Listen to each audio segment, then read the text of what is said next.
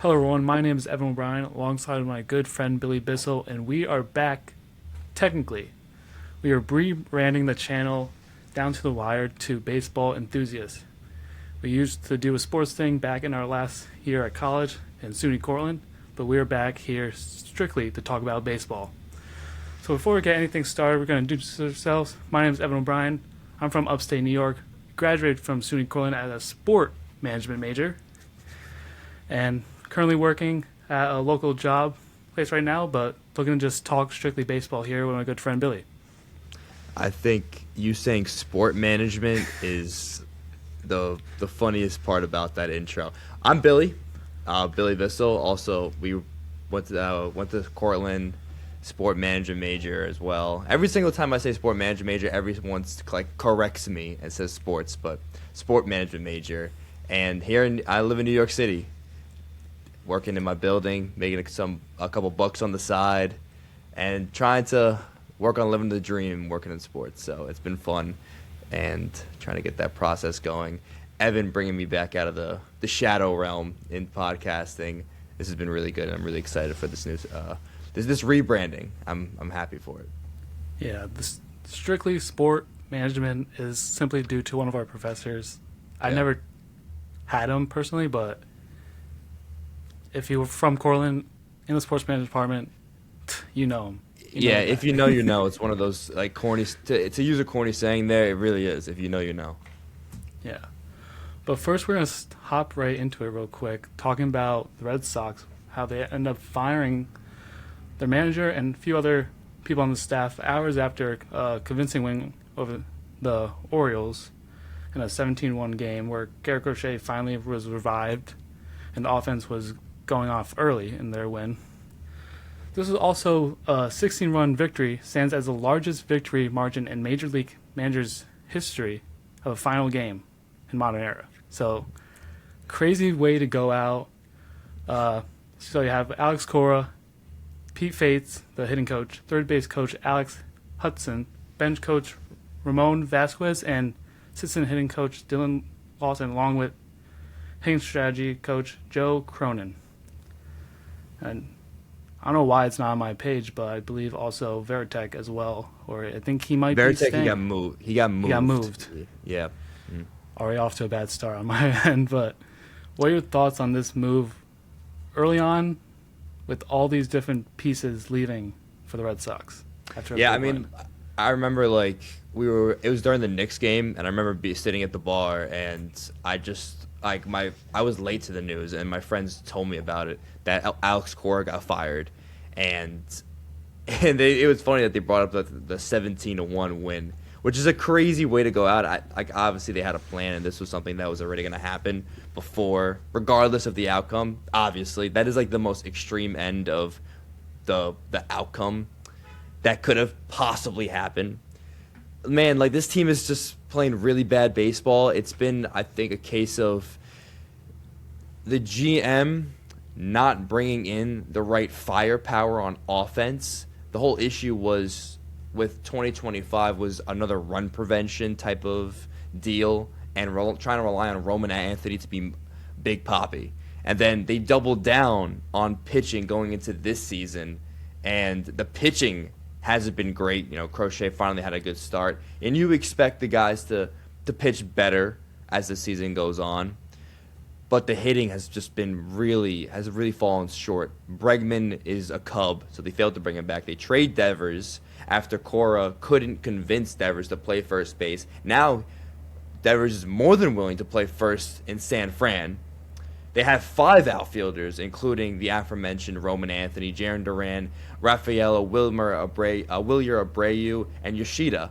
And that was a whole game trying to figure out how to get these guys in the lineup, whether it was having 3 of them having your specific 3 in the outfield, then having your designated hitter, and then you have, I guess, a platoon bat off the bench. It was a really chaotic outfield that they failed to address in the offseason. And I read an article saying they were really trying to trade Yoshida up until spring training, but they couldn't come up with a deal. So they got stuck, and they left Cora to try and manage this log jam in the outfield. It's a tough move. I saw a picture of the bus that the coaching staff got escorted on, and what is it, Coaches for Hire or something like that? Yeah, It did, Coaches for yeah. Hire LLC. Man, it's a tough situation in Boston right now. I think the pitching is gonna get better. Crochet had a really good start.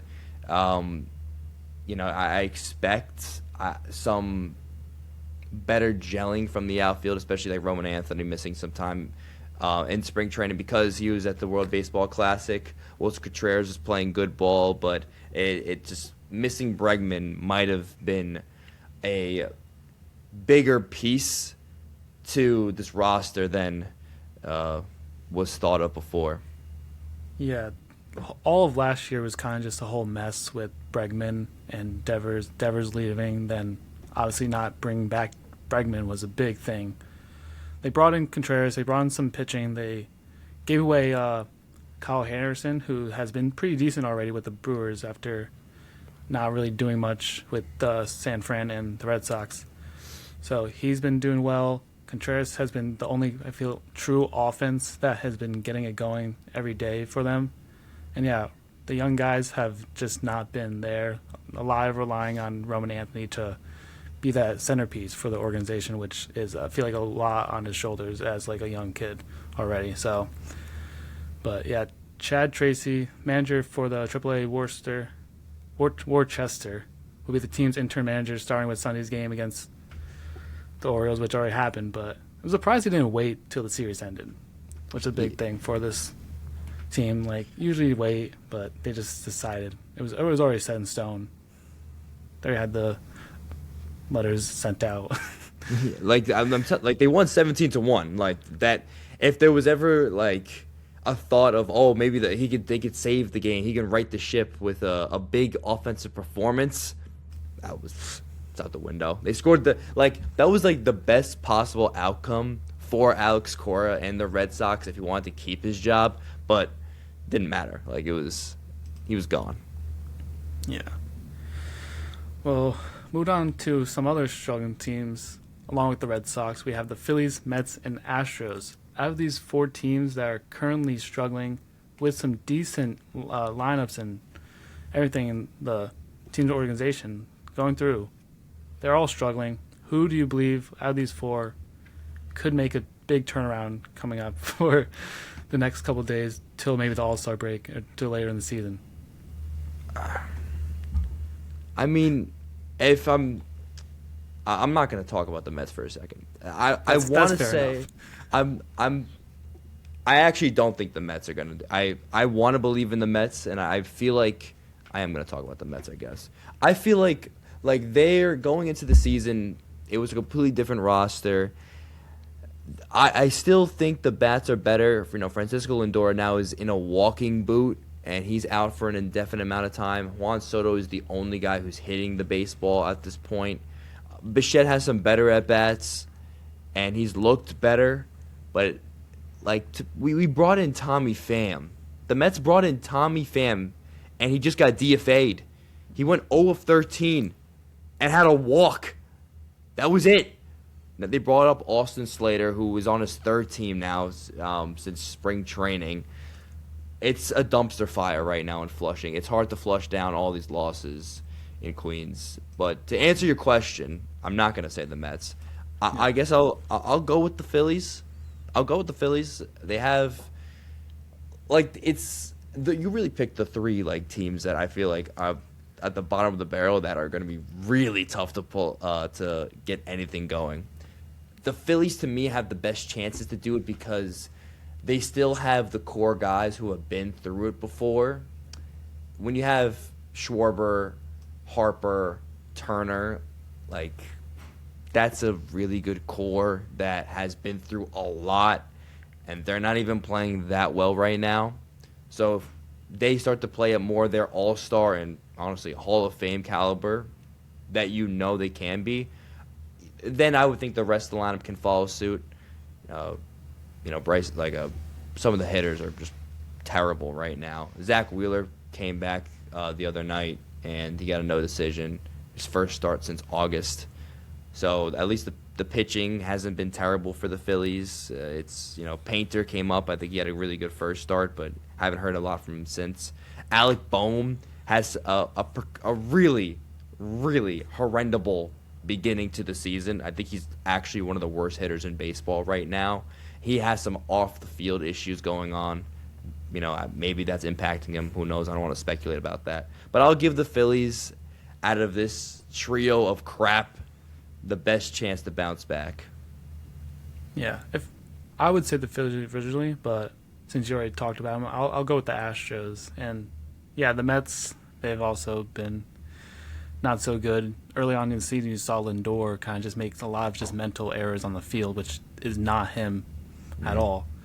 But the Astros are a team I would like to see or think they can make the turnaround, especially when you have someone like Yordan Alvarez, probably so far being the best hitter in the league right now. And obviously you'll have the small pieces and like Altuve, Correa back having a full year with the Astros after coming from the Twins. So, but the pitching staff is going to be the big thing. Is McCullers going to be where he's at? Arrighetti, he's doing pretty decent after seeing some success through the World Baseball Classic. Burrows, and I think that's really it for like the team. To have like a Hader still on the IR, someone like that is a big piece for them in the bullpen if he's dominant and doing what he does best. So he will be a key piece in return to hopefully just securing some wins if this Astro team just rides on Yordan and the main guys from the Astros back in the day still there, Correa and Altuve. I want to add one last point was that the reason also why I didn't pick the Astros because I'm worried about their injuries. Like you kind of said with Hader on the 68 IL, Hunter Brown, he's got a strained right shoulder. Tatsuya, he's got a dead arm right now. That's tough. Christian Javier's got another shoulder strain. Like those guys, that's like, listen, it's a long season, so you'll expect to have those guys back. But with any sort of arm injury, it's tough to know if they'll be 100% the rest of the season. When those are your more top-end guys or even just any part of your rotation, you lose consistency and you rely on your offense to try and carry you a little bit more. That's why I worry a little bit too much, a little bit more about the Astros and those three teams because they have a lot of brutal injuries to their pitching staff.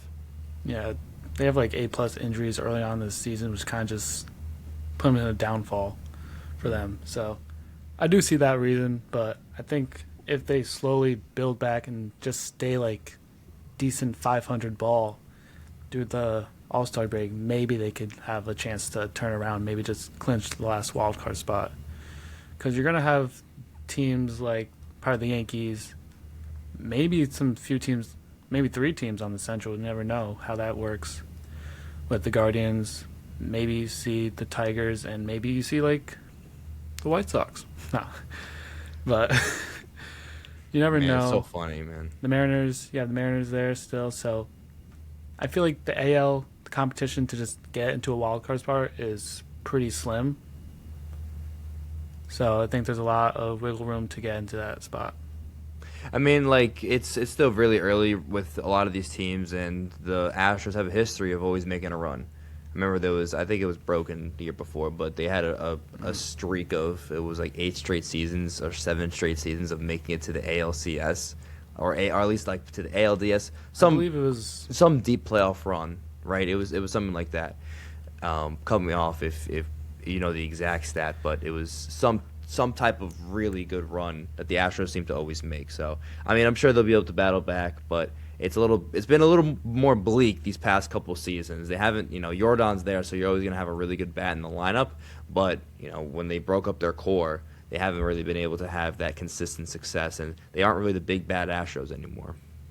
Yeah, I believe they had like a 10+ at least playoff appearances, and I think they had like maybe like a straight like ALCS snap like maybe like 2 or 3 years ago. So yeah, but you never know what the Astros could possibly do there. But a team that did turn around so far in the early stages have been the Atlanta Braves.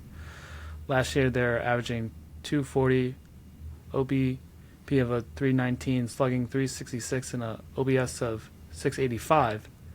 Now, so far through the 29 games they've played, where they just reached the first team to get 20 wins this season, they're averaging 2.74, with an OPP of 340, slugging 453, and an on-base percentage of 793. So a big turnaround for the Braves entering this season. Olsen's off to a hot start. Everyone else contributing. Sales probably might get back in Cy Young again, but you have some people like Skeens out there still who are in the way of that whole thing. Yeah, man. I mean, like Atlanta, they're like, if you look at Fangraphs at the more advanced metrics, they're third in WAR. Like have been playing some of the best baseball in the league. They don't walk a lot, but they get on base a decent amount. Like you said, like 342 on base percentage already, and it's kind of like Matt Olson is just this Iron Man in the MLB who doesn't miss games. The guy's like the modern day Cal Ripken Jr. He's such a good player, and shame on the A's for letting that guy walk, but that's long gone at this point. The Braves are still going to be the Braves with the new manager in. I remember I was listening to a Braves radio show talking about the differences in managerial decisions, where this guy has more of a feel for the game and how he'll have more of a shorter leash for guys. If he just feels like the starter doesn't have it, or that there's maybe he'll go into more of the analytics-based appearance at like third time through the order, things like that, he'll pull the guy. He has no problem pulling the guy in the fourth or the fifth inning if that's what the situation calls for. He's not the type of guy who has that extreme loyalty to his players, where with Schnicker had that trust in his guys and had that type of and maybe relied on them too much and didn't have a shorter leash for some of the pitchers. Where new manager now, I mean, I'm blanking on his name, that's why I just keep saying new manager. Now he is kind of feeling the moment. He's kind of playing the game. He's not just letting things ride out, which, has its faults, but right now it's working pretty damn well for them, and they're playing some really good baseball. Shout out to the Braves, man, doing what they needed to do. You have the Astros, not the Astros, you have the Phillies and the Mets in the same division, not doing well, so that's a big plus for them. And you have teams like the Nationals, Marlins, who are not the best group of guys, and they could pull away if teams like the Phillies and the Mets are doing what they're doing. They have the pieces to win the division, and they're letting it slip away right at their fingertips. So, quickly moving on to a former MLB player who's currently playing for the Long Island Ducks. Trevor Bauer, former Cy Young winner, just pitched a no-hitter, a 7-game no-hitter, 13-0 victory for the Ducks, where he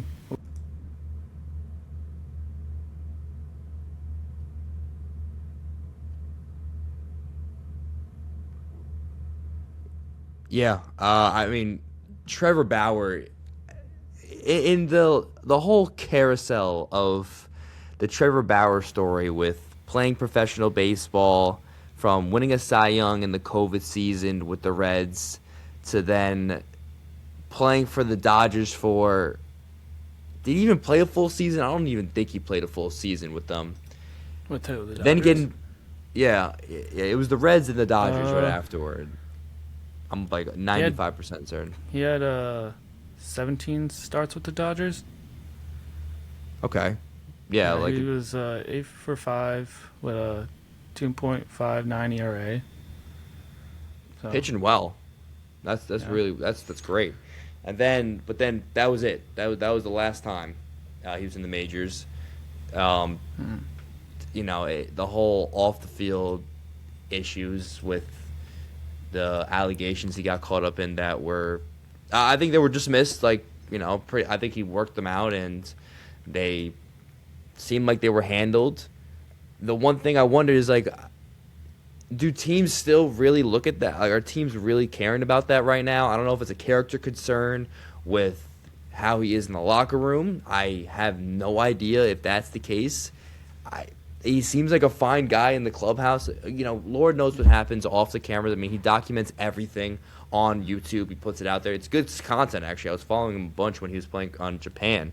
But that's another thing that adds to his story. He plays in Japan, plays in Mexico City. He kind of dominates in them. I remember he got lit up a couple times in Japan too. He did. So yeah. he definitely had some of his ups and downs. But now he's playing for the Long Island Ducks, like an independent ball league. Which, listen, if you're a professional league pitcher, you should dominate. I get it; these are still technically, literally, professional hitters and professional players. But listen, you should be able to walk through these guys. I'm not expecting a no-hitter every single time or a complete game for that matter. But there's no excuse for you to not look like an ace every single start. I mean, listen, I don't want to take anything away from Trevor Bauer either. Shout out to Trevor Bauer, 7-inning no-hitter. Allegedly, it was a scheduled 7-inning game. I have no idea how independent ball works, especially for the Long Island Ducks. But listen, still looks really good. 7 punchies in 7 innings, 84 pitches. Really good stuff. But I think for me, you have to prove it a little bit more. I don't know what goes on off the field. Maybe he actually really just isn't that good. Our teams don't feel he's that good to compete against Major League hitting. I don't understand at least not giving him a shot, but maybe there's something else we don't know about. Yeah, I'm hoping he's a good clubhouse piece, but sometimes his personality on YouTube, I've seen some videos, it's maybe he's not. I don't know if it's just his character or just what he does. But you've seen his past stuff, where he threw a ball into center field in I think Kauffman Park. Yeah. Shenanigans. For me, that does nothing for me. That's okay, that's that's out there, that's wild. But you're gonna tell me that Max Scherzer, I mean, no, I don't know any other pitcher that's throw the ball out of the stadium like that, I will say. But you're telling me that Max Scherzer and all these other guys haven't looked absolutely insane and have cussed out their managers on the mound when they've kind of to try and take him out or have at least had a conversation. He's not the first person to make a scene, I guess, on the mound. But Max Scherzer is Max Scherzer. If he wants to stay in the game and give him the ball back and try to win him a game, you're gonna listen to him. If he's confident to get, you're trusting him. Absolutely. But I just feel like it should be something similar to every single pitcher. I mean, I know Max Scherzer is a Hall of Famer. He's going to, you have to have a little bit of a different stipulation for that guy. But come on now. These guys are athletes, and these guys are playing at, they're professional athletes. This is their job, you got to have some self-control. But even he admitted afterward, he said, yeah, no, I didn't mean to show up any of my players. I didn't mean to make a scene out of anyone. I was frustrated. And he was pissed at himself more than anything. I don't think that should be a detriment to him. That actually, I think I applaud him more for apologizing and for at least just being honest about his mistake. Yeah. So do you think there's any shot for Trevor Bauer just to make one final few seasons with any organization, either in the pen or just any weaker team, to be honest, that just needs somebody as maybe a starting pitcher just to maybe eat up some innings later in the season? This season, I don't Definitely know. Definitely not. Not this season, not this year. I'll be optimistic. Yeah, sure. I'll say yeah. I'll say yeah. He does. Listen. Teams need arms. Need arms. And someone that just has experience, just get him up there. I don't know think if teams are worried about all his background stuff. I think that's truly it, if that's to be honest. But if that is, then it's ridiculous, to be honest, at this point. Listen, man, I have no idea. Also, I don't think his injury history is that bad. I don't want to speak on something I don't know exactly about, but he had, just looking at a quick Google search of his injury history. I mean, I'm looking at he had a couple lacerations, in his finger, she had a stress fracture in his ankle, but it was never any sort of ligament in his arm, not a shoulder strain like we're seeing with like Hunter Brown and some of these Astros guys. Never like a bone spur that I remember plagued some Mets pitchers back in the day. He never had stuff like that. So injuries aren't a concern. What is it? There's something we obviously don't know about from a fan's perspective and from a media perspective that maybe people have written stories about, but at the end of the day, that's all speculation. That who knows if we'll ever get a defined answer on that. I still think Trevor Bauer deserves a shot. He pitched well in the big leagues. He hasn't even had like a tryout or anything, like an invite to a camp. Like I just don't see how he hasn't had anything like that. Yeah. Well, moving on to this week, we're going to pick out some players from both the NL and NL for batters, pitchers, and relievers for this week. So I'll get things started over in the AL.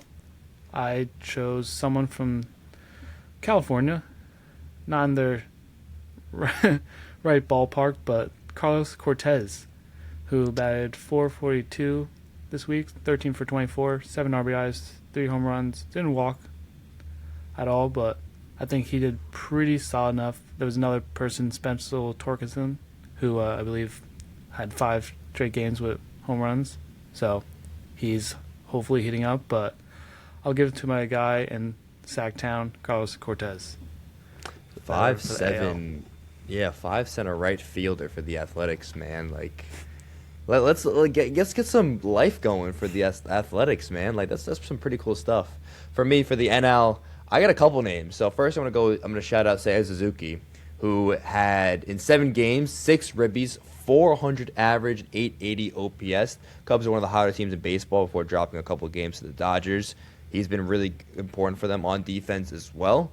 Nice bat for the Cubbies, but really I want to shout out Ildamo Vargas, who in 5 games has 4 homers, 12 RBIs, 1.045 OPS, and is on a 23-game hitting streak right now. The guy's raking, and he's a switch hitter on both sides of the ball, on plate rather, not ball, both sides of the plate. He's just such a sweet swing, too. I saw one of his highlights from the homers he hit the other day, and he demolished the ball to left field. It's a beautiful sight seeing a switch hitter. And listen, man, like Diamondbacks with a couple switch hitters with Ketel Marte now and Vargas, like that's some pretty good stuff. I even saw Arenado kind of heating up a little bit as of late. So the Diamondbacks playing much better baseball after. I think they started off the season a little slow. Vargas, though, that guy's white hot. Yeah. And hopefully he could get Perdomo back to what he was doing last year for the team. So the Diamondback team could be scary. You still have a few teams in front, like the Dodgers and the Padres. And maybe the Giants if they start doing what they do with that lineup. But it's going to be tough with them moving forward. But moving on to pitchers for the AL. For me, I found a quality start, one quality start. I tried to find 2 for one guy, but I landed on, from the Bronx, Max Fried, who had a dominant 8-inning performance for him. Allowed 3 hits, 2 walks, and 11 Ks in his last outing. Yeah, I mean, Fried's been the guy for the Yankees. For my guys for the NL, I got another 2 players. I got Chase Dolander, who absolutely diced up my Mets, but that's not hard to do these days. As for the Mets, they have 10 games where they score 0 or 1 run. That's a little more than a third of the games in the season. So Chase Dolander, though, .69 ERA in 2 games, 1-1. The guy looks electric. His fastball is like Jacob deGrom. Like he's listen, for a Rockies pitcher to be doing this, and I know this was on the road, but to have any sort of a good arm in Colorado is impressive. Never mind Chase Dolander, who is dealing right now. And I want to shout out Kyle Harrison, who we mentioned before on the show. In 2 games, he's 1-0, 15 Ks per 9, 1.0 ERA. He had 12 Ks in his last start in 6 innings. Man, he's making the Red Sox look really bad. That's someone they could really use right now, and it just seems like the Brewers always know how to push the right buttons with every single one of their pitchers. Kyle Harrison is a name to watch out for, the lefty, who's been slinging it right now. Looks really good on the bump. 12 Ks, like I said before in his last start. I think, we'll see what comes up if he could stay consistent, and he could be a really good arm for the Brewers going forward. Yeah, it's kind of shocking how the Brewers, I feel like, have Cy Young, or not Cy Young, but quality pitchers year in, year out. Just Always. you had Woodruff, you had Peralta, so. Mm-hmm. But moving on to now relievers. For the AL, it was tough to find somebody, but when I have someone giving 3 saves, 1 hold, and 4 innings with 1 run and 1 walk, I have Lewis Varland in his 4 innings of work doing that for Toronto. And Toronto, a couple wins now. They're heating up now. The bats are flowing, so that's someone you need at the end of your rotation. They got rid of Romero, who has been struggling, and he got DFA'd. So that is definitely a good sign for them, having Lewis Varland, and he's going to be my reliever of the week. For me, it's just a layup.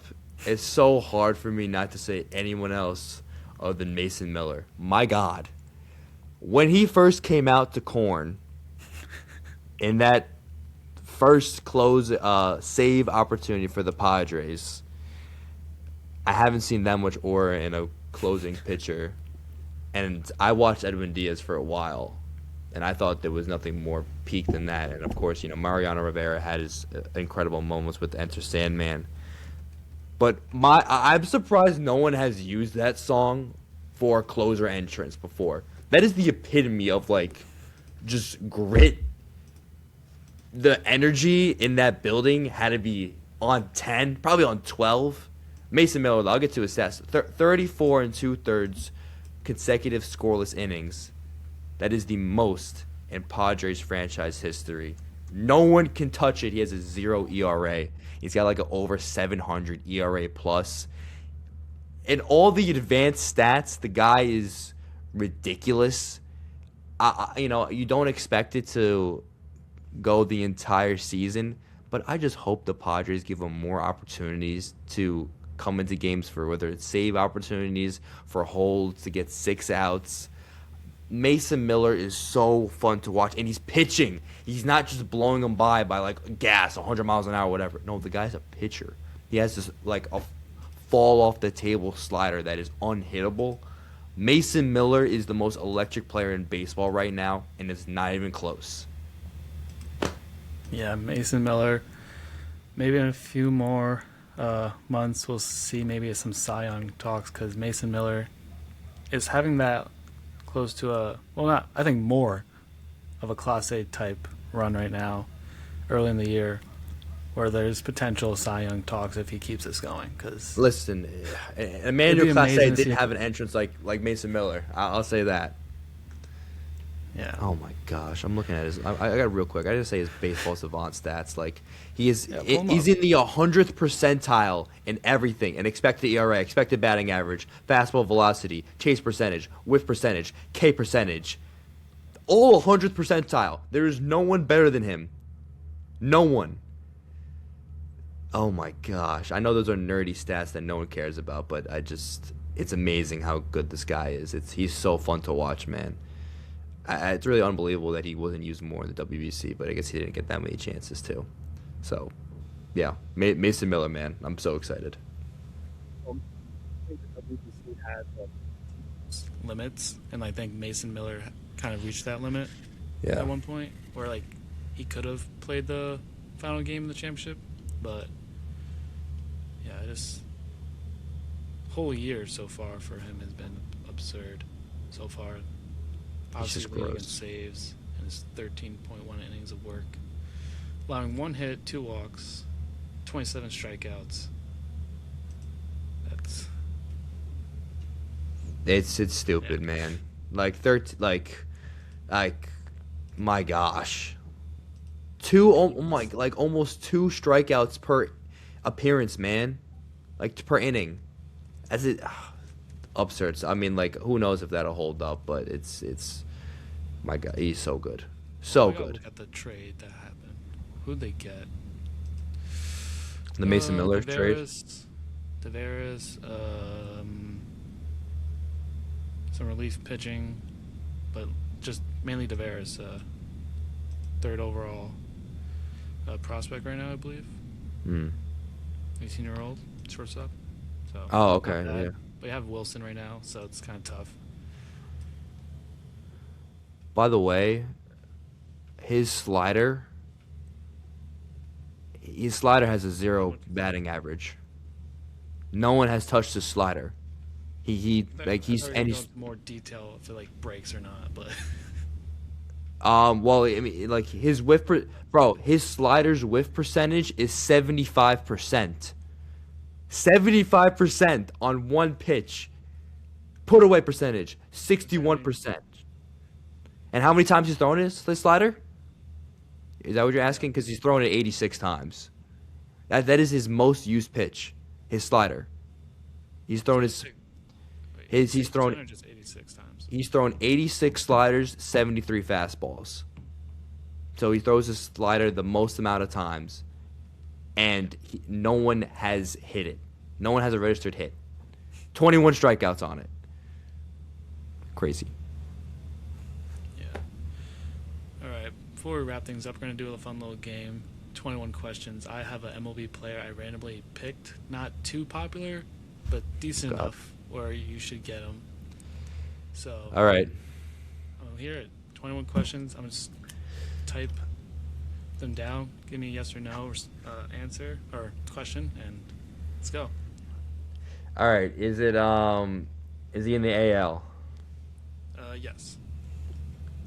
And is he a pitcher? No. Okay. Let's see. Is he in the AL East?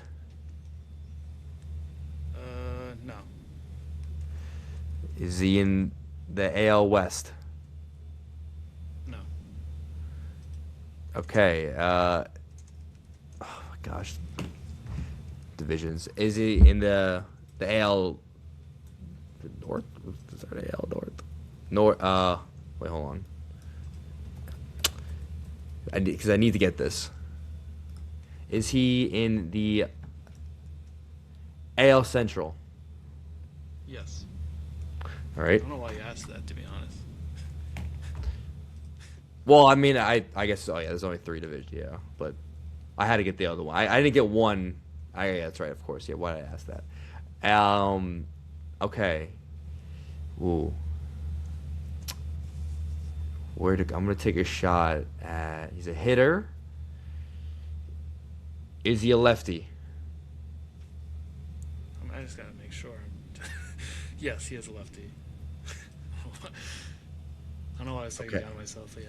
He's a Okay. lefty. Is. Oh. I'm trying to think where to go from here. I've asked 6 questions so far. Yeah. I got a lot. I'm good. Okay. 6, 7. Okay. Okay.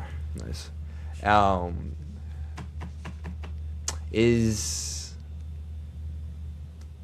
Does he? No, it's not gonna help me at all. Where does he wear a number lower than 20? This is not helping me at all. I don't know why I'm asking this. Lower than 20? No, he does not. This is not gonna. That literally does not help me in the slightest. Okay. He's a lefty, right? He's a lefty. We confirm that. Lefty hitting, yes. I'm just gonna take a shot at someone. I'm just gonna take a shot at one player in every. Okay, is he Vinny Pasquantino? No, it's not Dang it. Vinny P. Okay. Okay. Is he on the Tigers? He's not on the Tigers. Okay. Was that 8? It's 8 questions now. That's 9. It's 9. Gosh, trying to cheat me. Is he on the Guardians? No. Okay. Not on the. Okay, he's not on the Tigers. On the Guardians. Is he on the White Sox? Yes. Okay, I know who you're going with. I'm in your head right now. You really? I'm in your head like swimwear. I know exactly who you're going You with. should. I believe you can get this guy. So, I don't even know what other question to ask besides taking a shot. So I was gonna take a shot. you can take a shot. Sure. Why not? I don't want to mess up. What, are you searching him up? No, I'm okay. Is it Murataka Murakami? No, it's not Murakami. That was my guess. Oh my gosh. I don't think I would have done it that easy, but he's just in the league, just started, so it's not really much to base it off. If you ask like stats or something. There's no way if is he still on the team? Oh my gosh, what's his name? There's no way he's still on the team. Does he play outfield? He does. Oh my gosh, is it Andrew Benintendi? It is Andrew Benintendi. Oh my gosh, he's still there. That's right. Oh my. Yeah, he is still there. He's not bad. He's playing well right now.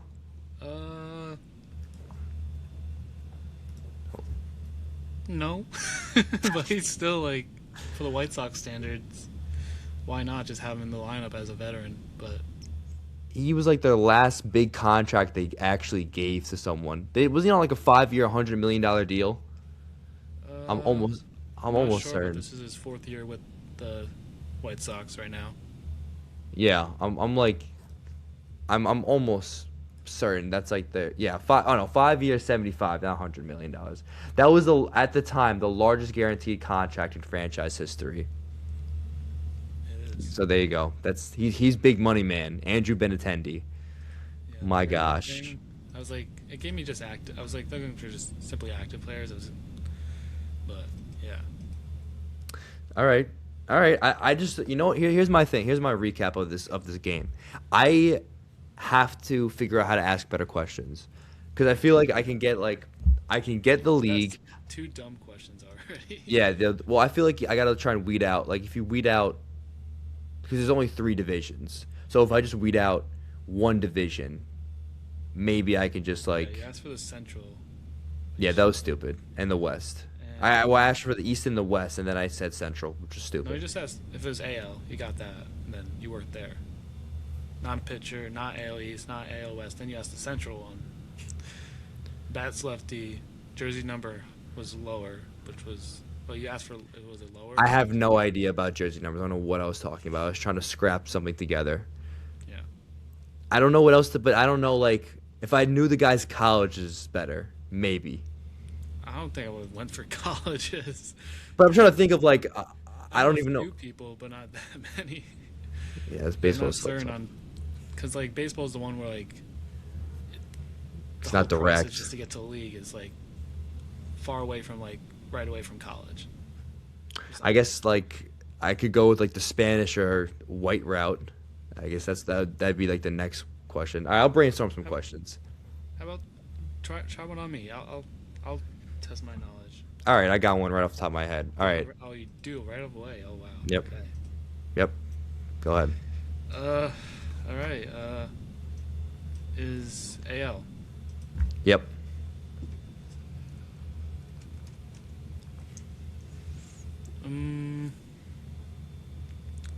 Does he bat? Is he a batter? Hitter? Yes. AL East. Yes. Oh, God. All right, this is not good. Thank you, man. Giving me what I like. All right. All right. Does he play for the Yankees? No. Not that easy. That would have been way too easy. Yeah. Come on. First episode, we're not gonna give you this one though. Does this player wear blue? No, that's good. That's good. That's good. I was just thinking that was a last minute decision just to. That's very. Guess like more. That's good. Does he play for the Red Sox? Nope. Orioles. Okay.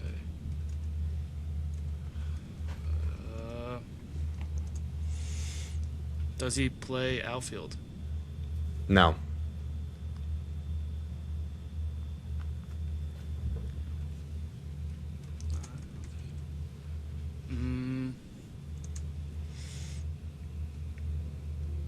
Is he bat from the left side? No.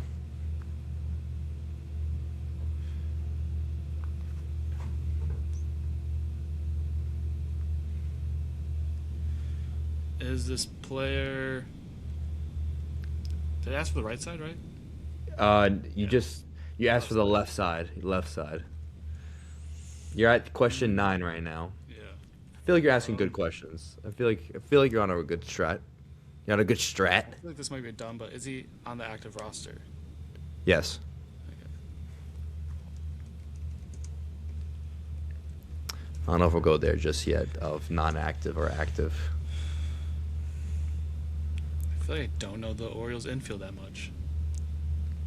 At least not currently. Well, like there's teams you there's better names that are popping up that I know are not even in the league. You better start thinking.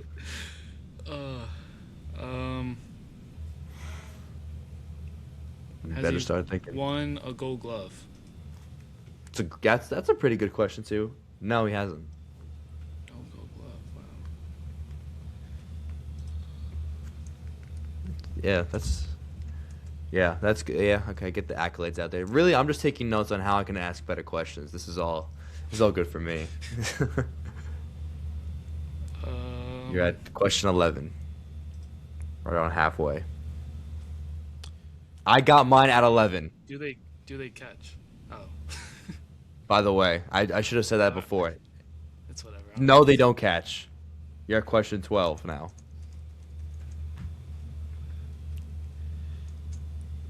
I don't know if I should take a shot in the dark. Listen, I started taking shots at like 9. Whoa. No, I did not. But never mind. I don't condone underage drinking.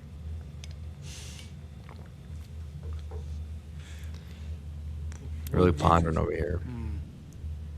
Ooh. Are they like? No, that's a stupid question.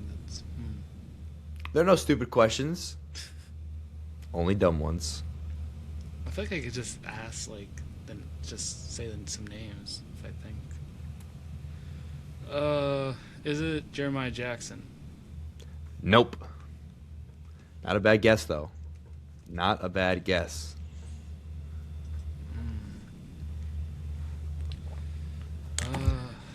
JJ. Jeremiah Jackson.